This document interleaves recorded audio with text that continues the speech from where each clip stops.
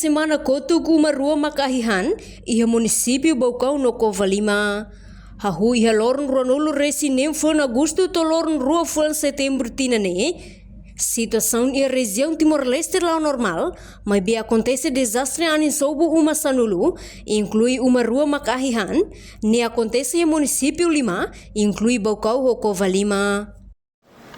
E a autoridade de proteção civil, hahu iha lorong ruanulu resinen to lorong rua bulan setembro tina riu rua ronolo resinhat durante semana idane iha território Timor-Leste normal no acontece tipo desastre nebe maka senop resista que gabinete de relação externa recolhe iha senop nebe tutela iha autoridade de proteção civil secretário de Estado de proteção civil no Ministério do Interior. Caso tipo de desastre nebe maka acontece no Hamutuk no número estragos Hamutuk sanolo resin rua mas causa estragosi anin sob uma Hamutuk sanolo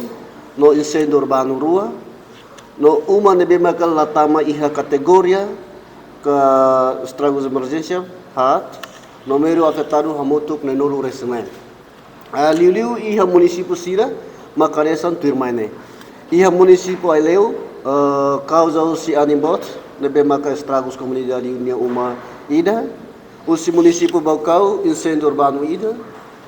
no município Bavonaro causa si ani nebe maksobo uma comunidade ni uma Hamutuk Lima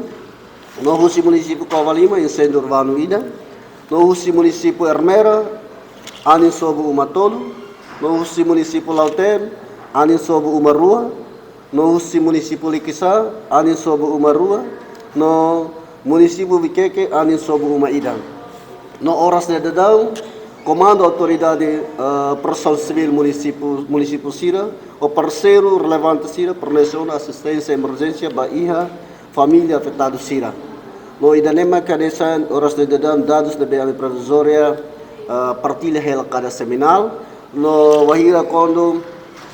hadesan o inantamen si ba desastre de maka acontecia município tuirona kagiao katurlei de maka atribui ba autoridade proteção civil no bye tem que halo ida de maka iha ona emergência akara kalau koi tem que ba queda sona apoio no ida de maka ita reba iha dinia classificação itu ia processo hela o insa para tu bele ba iha recuperação ida de maka da decide provisória ba ia partilha iha momento ida ne obrigado.